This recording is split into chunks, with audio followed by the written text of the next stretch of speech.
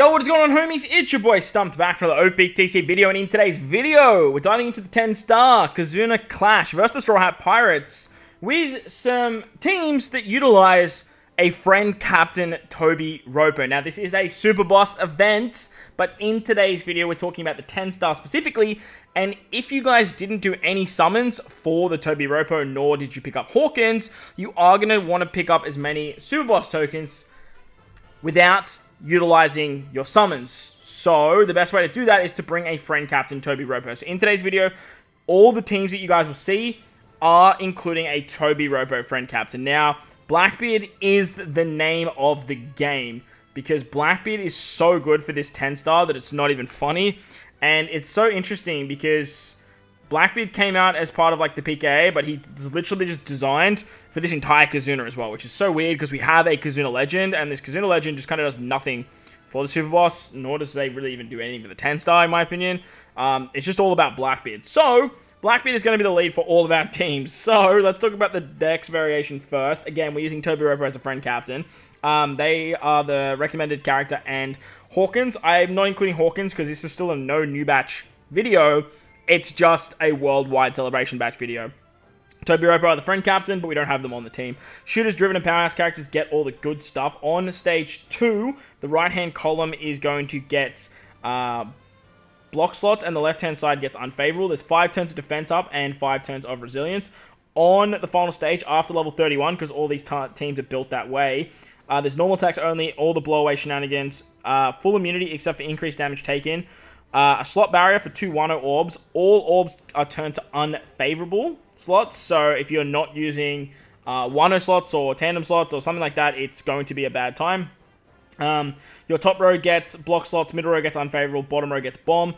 There's 3 turns of only allowed to use 2 specials, 5 turns of an intimidation that if you use an attack boost, I believe, you are going to lose it by 1 turn, and then there's 20 turns of damage reduction. Very annoying stuff.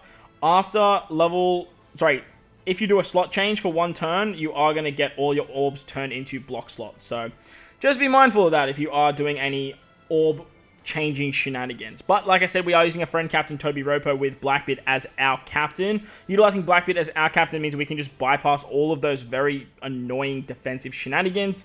However, we are going to have to deal with the defense up and the resilience on turn 2. Now, to get around the resilience, we're utilizing Spandam. Now, Spandam is going to swap into our captain. That's going to be absolutely fine because he removes the resilience anyway. We just need to make sure that we use Blackbeard first to get around the defense up. Utilizing Blackbeard's super class is going to remove the defense up. Then we can get through it nice and easy peasy. We don't have to worry about it too much. On the final stage, we can use Doc Q. So that way we can, well, you can actually use Doc Q on the turn before that if you want to, and then get the carryover effect. So that way you, what's it called? You get the weakening effect. With Vasco's shot, you are going to rotate orbs, and that is basically going to trigger the interrupts, and then you get block orbs, so then that way you can use Luffy to turn everyone into tandem orbs, then use Blackbeard, and you are pretty much good to go. Your attack boost is going to be the TOBI ROPPO unit. You get a chain boost, you have chain boundary. You basically have everything that you want on this particular team, and it all works out super hunky-dory, like super duper hunky-dory. It should do a lot of damage. We have all the classes that we need for Blackbeard, and should work like an absolute treat. Moving on to the strength variation now. Basically, driven characters, once again, get all the good stuff. Cerebral and Slashers also get the good stuff as well. Really wanting to use Cross Guild here. On stage 2, you get 1 turn of normal attacks only, getting increased by 1.1. Now, this is normally a good thing, but it just affects so much when you are doing team building. 5 turns of damage threshold. Intimidation if you use a chain boundary or chain lock by 1 turn. Plus, if you're below a 3.0 chain or less, you are going to get 90% attack down for 3 turns. So, very, very annoying stuff. You do want to make sure that you have a way to carry this into the final stage. Because remember, if you don't, you are going to have to deal with an attack down if you're below a certain chain multiplier. But remember, chain boost, they're actually going to help you out quite drastically as well. Moving on to the final stage after level 30. Rob and Jim are immune to all the blow away HP cut shenaniganry. The preemptive has 5 turns of remove sound effects. There is normal attacks only, full immunity except for defense down and increased damage taken. All orbs will be treated as unfavorable or turned to unfavorable. 10 turns of a 2 perfect barrier, 1 turn of fear, 6 turns of defense up, 4 turns of damage nullification. If you use any special that does damage 1 time, the enemy's going to remove their damage nullification, give you increased damage taken by 3 times for 2 turns, and a 49,000 pain for 5 turns. So very, very annoying stuff. But what you guys can actually do here is utilize Blackbeard once again and not worry about any of those defensive effects. The barrier, the damage nullification, all of it becomes null and void thanks to this man as a captain. Now, if you can build out the rest of the team utilizing the four classes he needs, you are going to get some nice chunky stuff. Now, I'm using the ship that is the Gran Tesoro at level 12 with both the mods. You will extend chain boundaries. You don't need one of every type on the team. It is a bug. Everyone keeps asking. That is the reason why. Because of this, we can use Tesoro. Tesoro is a 3-turn chain lock. And if you hit 3 Great Strikes on stage 2, it's going to become a 4.25, which is really, really good.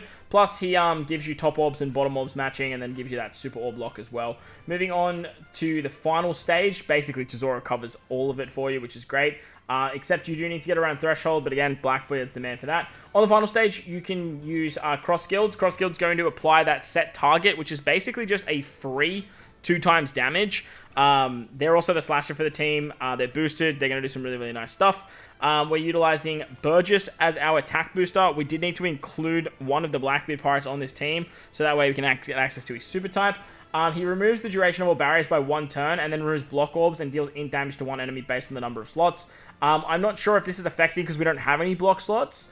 But if it is, we're just going to use his special last. And if that's the case, we'll just do that. You want to make sure that you're using the Indigo special before you use Blackbeard. He's going to turn all orbs into recovery, as well as give you a color affinity buff at, 2.25, I believe it is, for... No, it doubles it for 3 turns. Reducing bind and burn. Oh, maybe he doesn't actually do that because our HP is not below 10%. So, either way, he's going to remove the sound effects as well. He's going to give us a full bottle recovery orbs, which is really, really nice for the team. If you guys have Legend Burgess, though, Legend Burgess is the one that you actually want to use here. Finally, we're going to be using a friend captain, TOBI ROPPO. They're going to be our attack booster, they're going to be our chain booster, and it's all going to work out pretty hunky-dory from there. So, that's the strength variation. It's a bit of a doozy. It's very, very annoying, this particular Kizuna. On to the final variation against Robin and Jimbei, the INT variation, that is. The TOBI ROPPO and Basil Hawkins are boosted once again. Strength, Dex, and Psy characters get all the good stuff.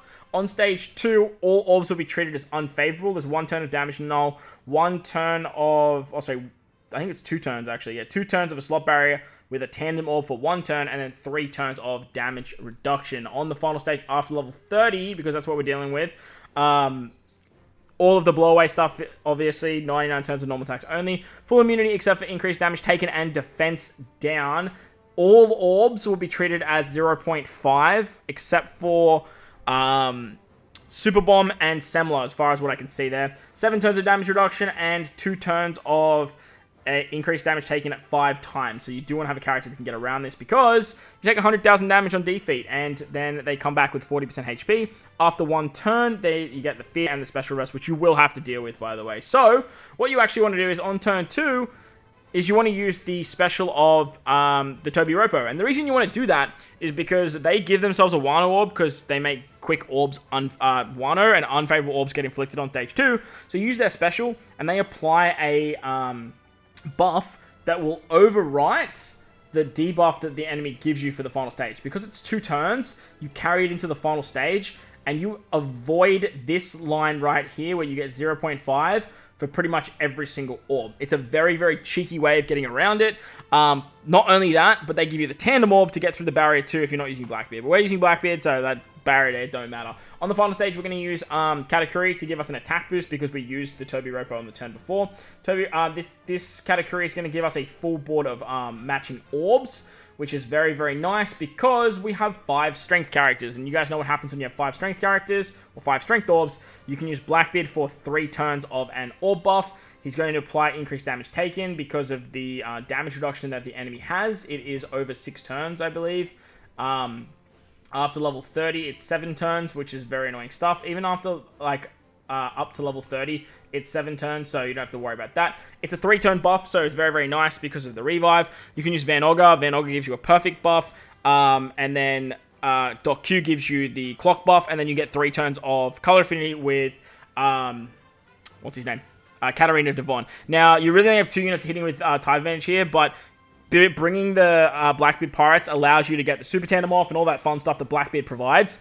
So I just felt that just building out the team with the batch just made more sense than trying to funnel in a bunch of side characters. Who knows how far these teams will get. Like I said, these 10-star fights were absolutely doozy to build for. But if you guys have any ideas or thoughts, please let them be known in the comment section below. While you're down there, don't forget to build the like button, hit the subscribe button, do all that good stuff. Most importantly, if you guys are in this beautiful world, please remember to enjoy the rest of your day.